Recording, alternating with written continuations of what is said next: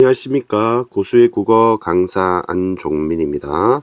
이번 시간은 수능특강문학 78페이지 조지훈님의 산상의 노래 해설 강의를 해보겠습니다.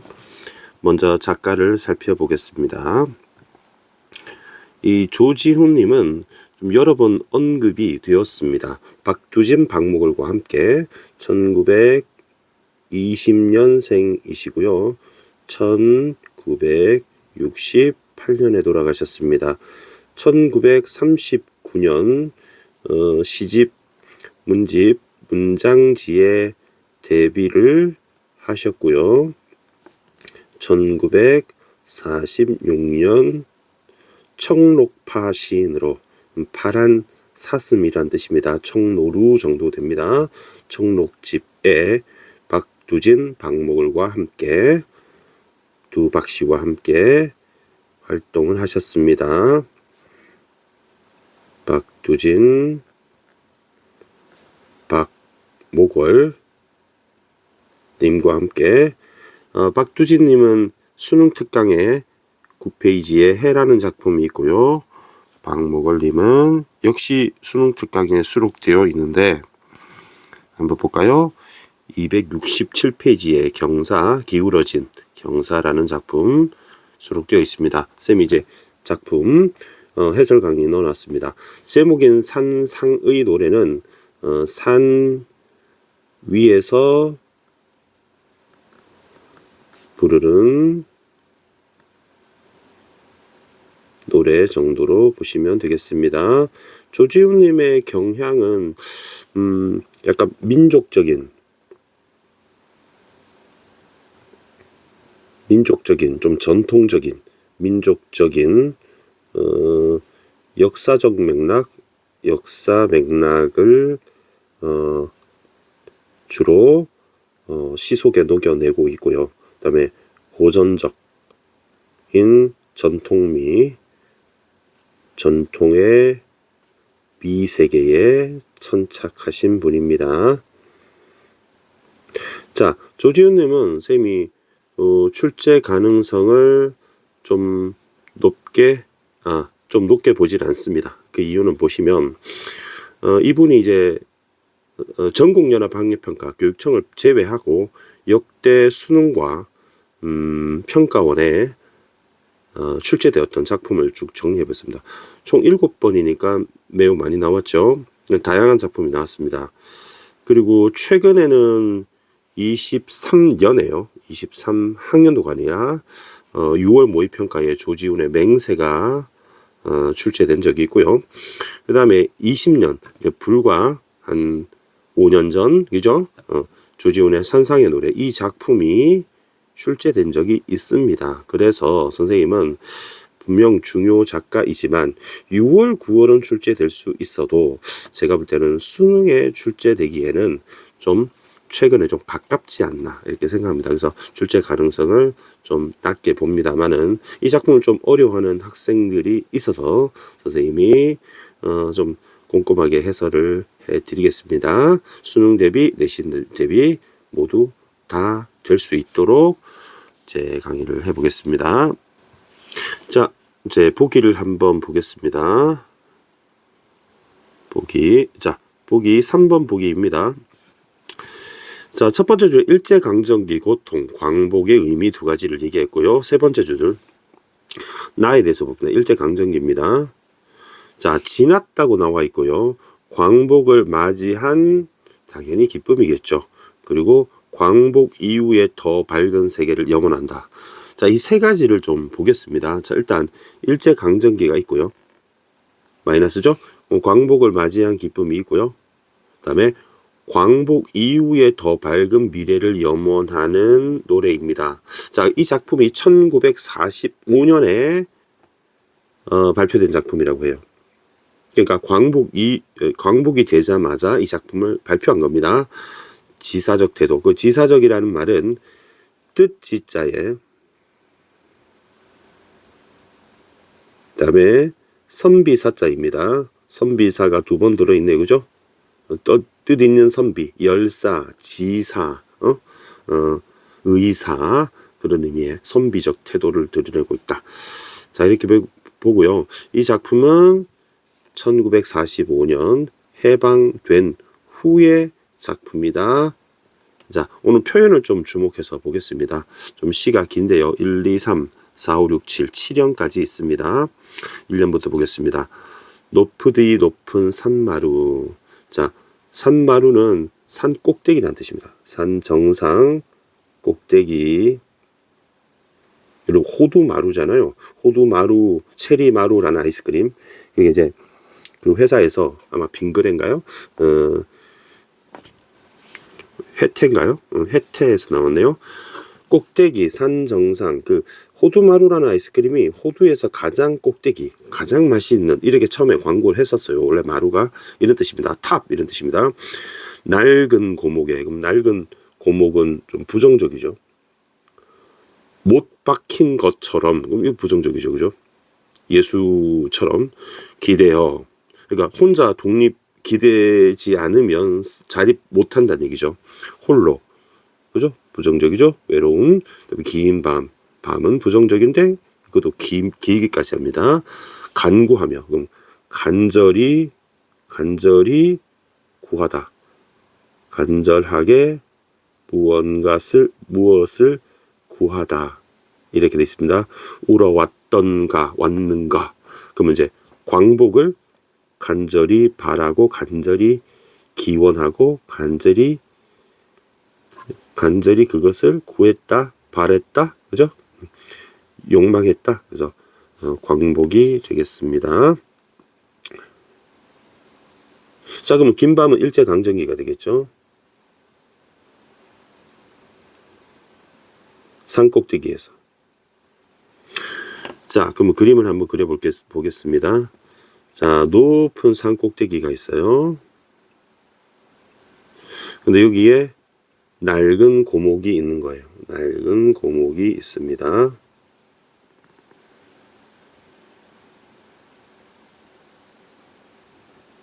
나는 여기에 못 박힌 듯 기대어 서 있어요.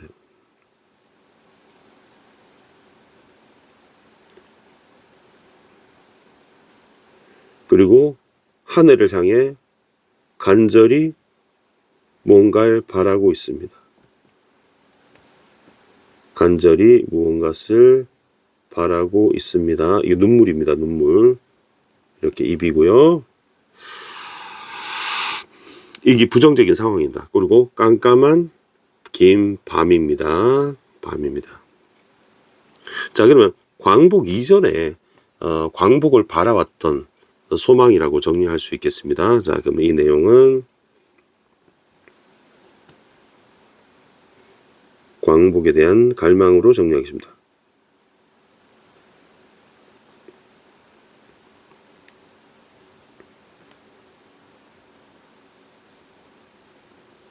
이연입니다. 아, 이 아침 시들은 핏줄. 그러면 핏줄이 시들면 죽음의 속성이죠. 핏줄이 우리 몸속에 되게 많으니까 웨이브져 있죠. 구비구비로. 사늘한 가슴. 싸늘하다는 얘기죠. 가슴이 차가운 거죠. 한복판까지 은은히 들려오는 종소리. 자, 보시면 아침이라고 했잖아요. 그러면 이렇게 대조가 일어났죠.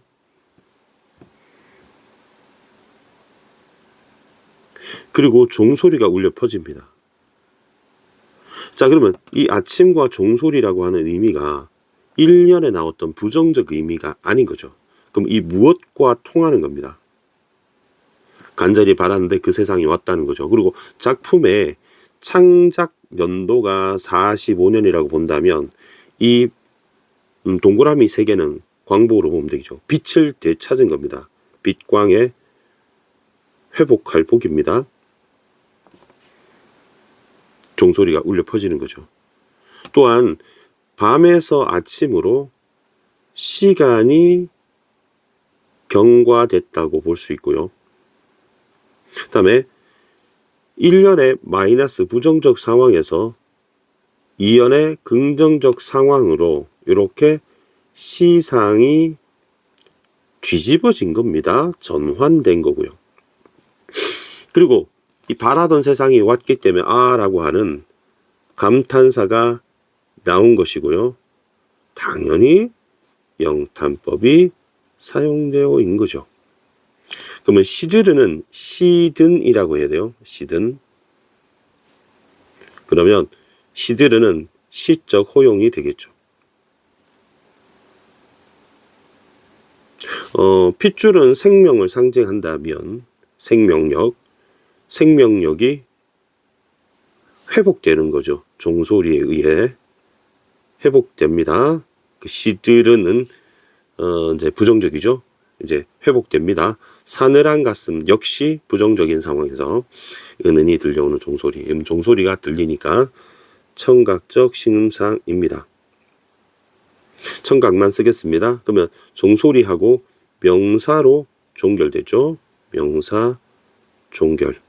여운을 줍니다. 자, 3년 보겠습니다. 이제 눈 감아도 오히려 꽃다운 하늘이거니 내 영혼의 촛불로 어둠 속에 날에 떨던 새별아 숨으라 라고 되어 있습니다. 자, 긍정적 부정적 시어를 찾아보겠습니다. 자, 꽃다운 하늘 긍정적이죠. 다음에 어둠은 세모죠. 날에는 날개입니다. 다음에 새별은 동그라미 할게요.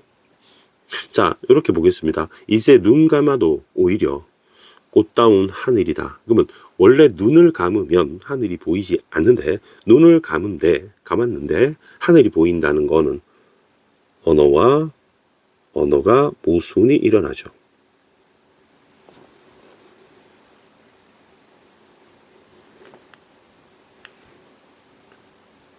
언어와 언어의 모순을 우린 역설이라고 합니다. 언어와 상황의 모순을 반어라고 하고요. 자, 고급 수사법입니다. 역설.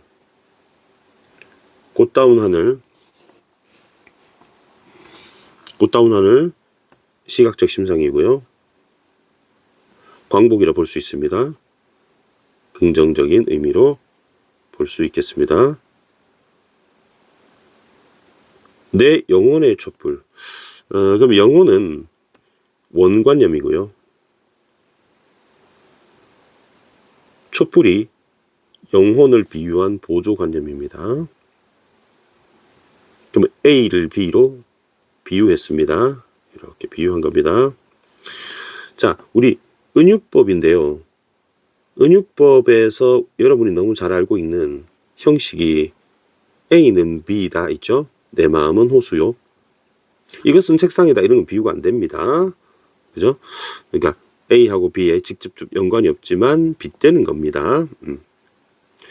그러니까 만약에 달이 쟁반 같다 라고 하면 지규고 달은 쟁반이다 라고 하면 은유가 됩니다. 그리고 여러분 알아두셔야 될 게 A의 B 지금 형식처럼 내 영혼의 촛불은 그렇게 볼 수 있고요. 영혼은 눈에 보이지 않는데 촛불은 눈에 보이는 개념이 보이잖아요. 그래서 추상의 구체화, 관념의 구체화를 볼 수 있습니다. 은유와 추상의 구체. 어둠 속에 그럼 어둠은 아침, 그죠? 아침과 대조되는 그리고 밤과 같은 의미를 가지고 있는 의미입니다. 그리고 날개를 떨던 샛별이니까 과거형이죠, 과거. 그럼 과거라면 부정적 상황이고, 일련의 상황과 대응됩니다. 샛별아, 숨어라. 자, 그러면 이거를 학생들이 샛별의 의미가 긍정적인지 부정적인지를 좀 어려워하더라고요. 제가 설명을 해드리겠습니다. 자, 여러분, 샛별은 어둠 속에 있죠. 어둠 속에 빛나죠. 아침이 되면 별은 없어지잖아요. 자, 그러면 그때 샛별은 어둠 속에 날개를 떨고 있었으니까 날개를 떨고 있었다는 건 부정적인 거죠. 여러분 이해하셨죠? 자, 과거에 일제강점기의 샛별은 어둠 속에서 떨었었어요. 그죠? 자, 그럼 아침이 됐어요. 아침이 됐습니다. 그러면 별이 하늘에 없죠. 그죠? 안 보이죠. 그죠? 안 보이죠. 그래서 샛별 보고 숨으라고 얘기합니다. 샛별은 금성입니다. 그러면 이제 과거에 날개를 떨던 고통에서 이제 벗어나라는 의미입니다. 그럼 숨으라는 의미가 이제는 떨지 않아도 돼. 이제 보호받아야 돼. 이런 의미로 보시면 됩니다. 따라서 샛별 꺼져라고 이해하시면 안 되는 겁니다. 그리고 날개를 떨다는 거는 우리 새, 뭐 잠자리 이런 게 날개를 떨 수 있죠. 그러면 샛별은 무생물이죠.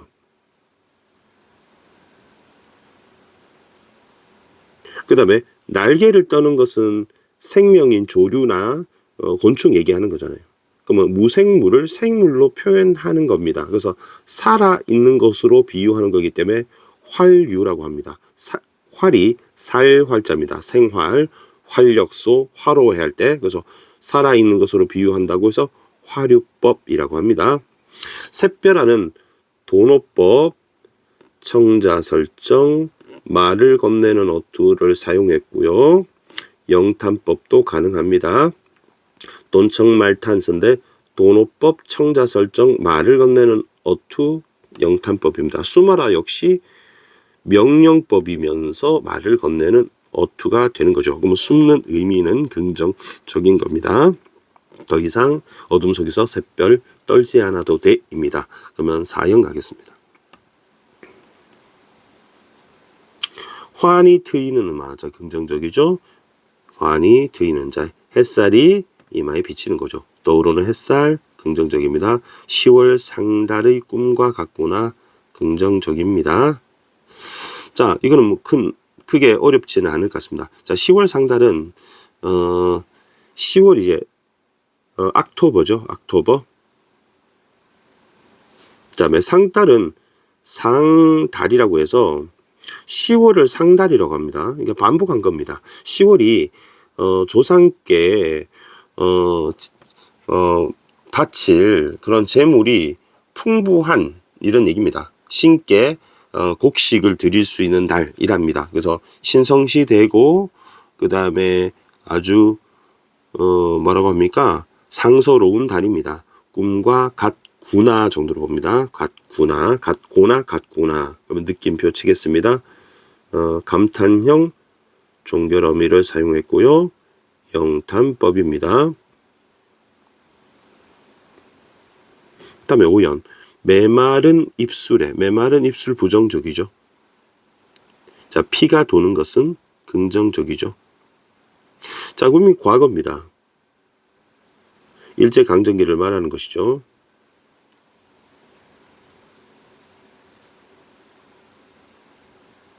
피가 돈다는 현재입니다. 광복이 된 것이죠.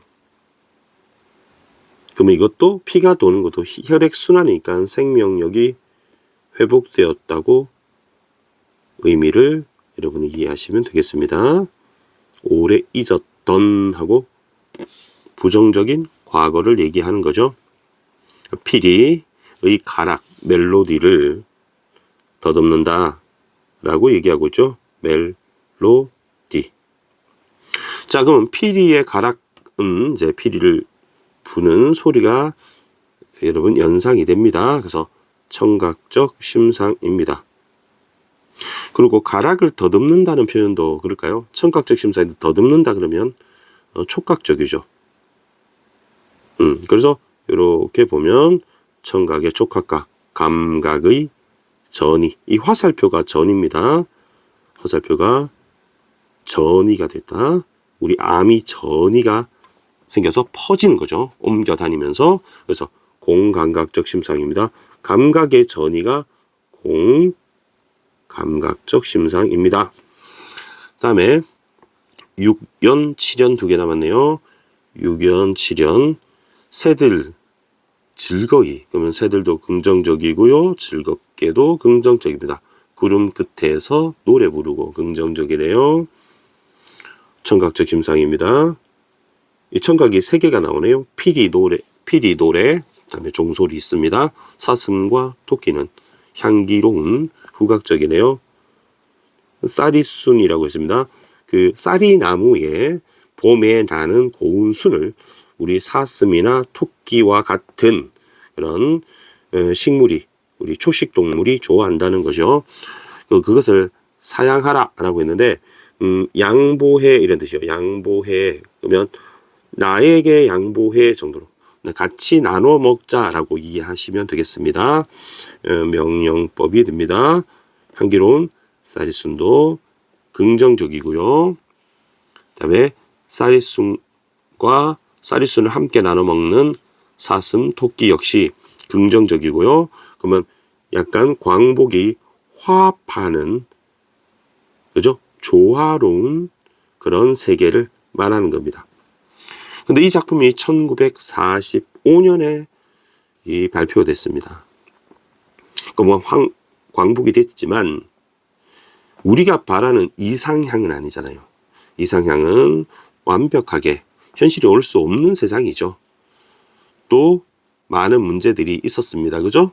광복이 됐지만 많은 사람이 죽었고 또 친일파를 처단해야 되고 또 가난에서 극복해야 되고 그죠?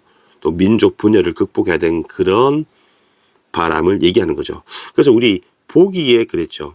3가지가 있었습니다. 노란색으로 칠했던 일제강점기가 있었죠. 광복의 기쁨이 있었죠. 그러면 이 유견까지가 되게 긍정적인, 그러니까 2부터 유견까지의 내용이 바로 광복의 기쁨이라고 정리할 수 있겠죠. 자, 근데 보기에서 광복의 기쁨 다음에 뭐라고 했습니까? 광복 후에 더 밝은 세계를 염원한다고 했죠. 그래서 마지막이 광복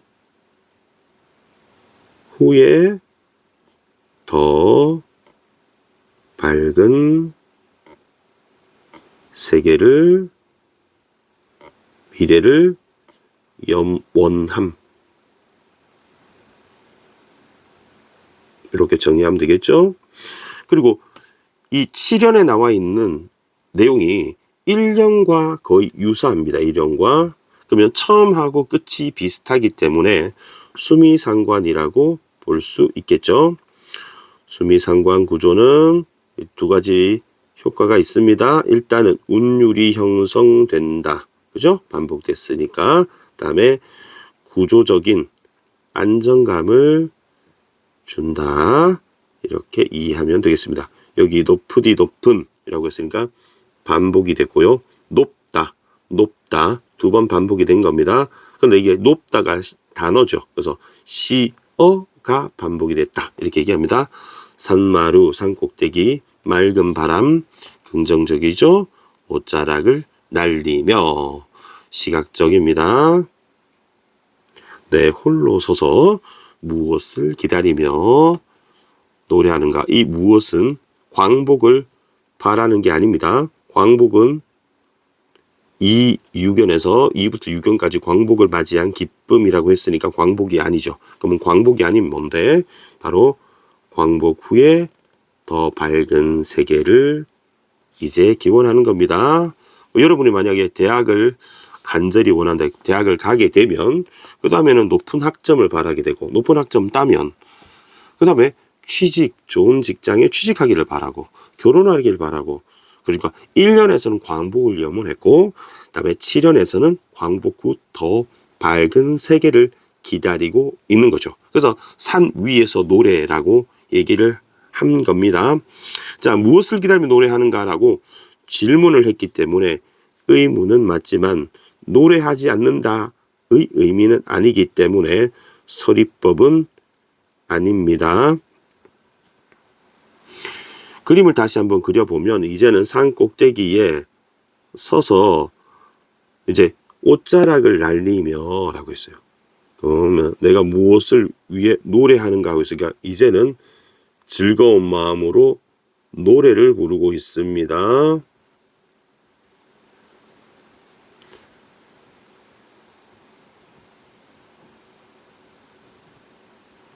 옷자락을 맑은 바람에 날리면서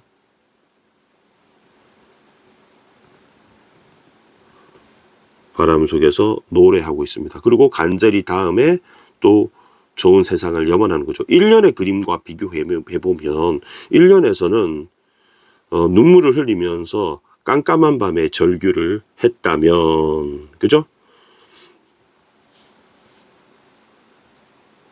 그래서 광복이여 이러고 하면서, 그죠?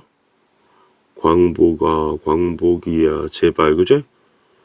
제발 이렇게 절규하고 간절히 구했다면 이제 광복이 온 세상에서, 밝은 세상에서 노래 부르며 더 밝은 세상이 오기를 소망한다 라고 이해하시면 되겠습니다. 자, 쌤이 뭐 빠뜨린 거 있나요? 대부분 다 다룬 것 같습니다. 복습하실 때 화대상심으로 정리하면 좋을 것 같은데 화대상심만 정리하고 마칠까 합니다. 여기서는 이 작품은 좀 표현이 좀 중요해 보여요. 의미와 화자는 나이고요. 나는 겉으로 드러났습니다. 대상은 맨 마지막에 나와 있는 무엇? 광복, 그다음에 광복 후에 밝은 세상 정도로 보겠습니다. 상황은 화자는 산 꼭대기에서 있습니다. 그다음에 심리는 세 가지가 있습니다. 첫 번째는 일제강점기의 고통, 일제강점기에 간절히 바라는 일제강점기에 염원한 내용, 그리고 광복의 기쁨, 광복을 맞이한 기쁨이 이류견에 서 있었고요. 광복의 기쁨. 그 다음에 마지막에 광복 후 더 밝은 미래를 염원함. 요렇게 정리를 하면 되겠죠. 자, 요것으로 강의를 마치겠습니다. 질문이 있으시면 댓글 남겨주시고요. 선생님이 지금 현대시 1을 하고 있죠. 그래서 차례대로 현대시를 쭉 훑어갈 겁니다. 그래서 내신이나 당장 너무너무 궁금해서 급해서 쌤이 이번에 시험 나와요. 다음 주 시험 나와요. 자, 이거 빨리 해야 돼요. 너무 급해요. 라고 하는 작품이 있으면 쌤이 지금 강의하는 순서와 상관없이 강의를 신청하면 그거 좀 먼저 하면 되죠. 그래서 며칠 전에도 어떤 학생이 박모굴의 경사를 공부하다가 좀 궁금했는지 이 작품 해설 강의를 요청해서 쌤이 그걸 좀 먼저 찍었습니다. 그래서 댓글로 어떤 얘기든 사소한 거라도 질문하시면 성실히 답변을 해드리고요. 구독과 좋아요 부탁드리겠습니다. 자, 고수의 국어는 항상 최선을 다해 강의하겠습니다. 여러분 감사합니다.